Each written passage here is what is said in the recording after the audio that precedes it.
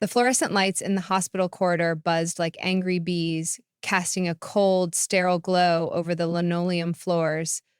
Emily gripped the edges of her jacket, feeling the seams bite into her palms as she stared at the closed double doors. Inside, her son was fighting for his life. The doctor emerged, wiping his glasses on the hem of his lab coat, his face grim. "I'm sorry," he said quietly. "Oren has less than 24 hours." The words punched the air from her lungs. Her knees buckled, but she caught herself against the wall. Time, once endless and sprawling, had suddenly folded into a tiny, ticking box. 24 hours. No second chances, no resets. Emily stumbled into the room, her breath catching at the sight of her boy. Pale, so small against the massive hospital bed, wires sneaking from his arms like vines. Oren's eyelids fluttered open, and for a moment, there was a glint of mischief in his tired eyes. "Uh, hmm? Hey, Mom," he rasped. "Bet you didn't think I'd get a vacation day." She laughed through her tears and leaned down to kiss his forehead. In the sterile silence of that hospital room, memories flooded her mind. It hadn't always been this way. She remembered the day she went into labor with Oren's little sister. Chaos reigned. Emily screaming, nurses bustling, machines beeping erratically. And in the middle of it all, little Oren, standing in the corner of the delivery room with a backpack and a juice box, eyes wide like saucers. When baby Arya was finally born, pink and howling, Oren had tiptoed closer, peering into the bundle of blankets.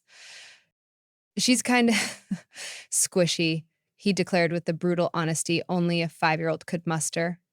"Can I hold her?" Months passed. What started as innocent fascination quickly soured, with every "isn't she adorable" from guests, and every second Emily spent rocking Arya instead of building block towers. A tiny storm brewed inside Oren. It wasn't long before small things began to happen. Lego towers mysteriously collapsing, stuffed animals disappearing, baby bottles found in the dog's water bowl. One night, after a particularly brutal tantrum where Oren accused Arya of stealing his life, he packed a small suitcase, grabbed a handful of cookies, and marched out the door. He didn't get far. Barely 2 blocks from home, a distracted driver, a screech of tires, and then darkness. Emily's world had shattered the moment she got the call. Now, she sat here, watching the monitors, willing them not to flatline. "Oren," she whispered, "I'm sorry for everything. Please, stay." I mean, he squeezed her hand weakly. "Not your fault, Mom. I was a dummy." "No," she said fiercely. "You were just a kid, and I should have been better." Oren's eyes fluttered shut again, exhaustion dragging him under. Time was slipping away. Back at home, chaos brewed anew. Arya, now 4, was a whirlwind of confusion and guilt. She didn't fully understand what was happening, only that everyone was crying and no one had the energy to braid her hair anymore. Meanwhile, the rest of the Sprunky family, a patchwork tribe of misfits, musicians, and malfunctioning robots, gathered awkwardly in the living room. Ray, the overly dramatic uncle, paced the floor. "We must do something. This cannot be Oren's final act." Black, ever the cynic, snorted.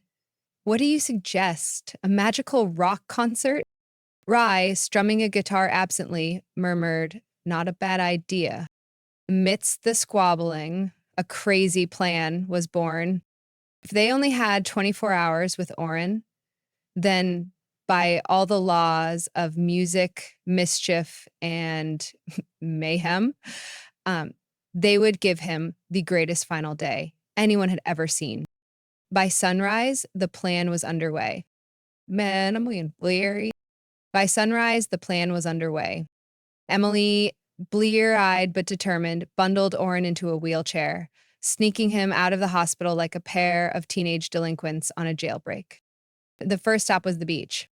Oren, bundled in blankets, stared wide-eyed at the shimmering expanse of water. He hadn't seen the ocean since he was little. Or maybe ever, Emily realized with a pang. Wyram, the family's loyal and slightly radioactive dog, immediately charged into the surf, barking like a maniac. Moments later, he returned, carrying something suspiciously like a crab latched to his tail. Oren laughed until he wheezed, and Emily felt a knot loosen in her chest.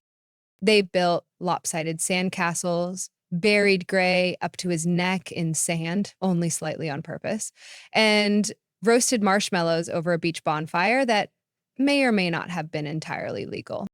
As the sun dipped low, painting the sky in hues of fire and wine, Oren turned to his mother. "This is the best day ever," he said. But fate, cruel as always, wasn't done with them. That night, as the family lounged around telling stories, a loud crash sounded from the edge of the woods. A figure emerged, cloaked, sinister, dragging something metallic behind them. It was a villain straight out of a cartoon, Baron von Blip, the notorious robot trafficker whose schemes had been the stuff of sprunky bedtime stories for years. "I've come for the sprunky robots," he declared dramatically. "Surrender them or face obliteration."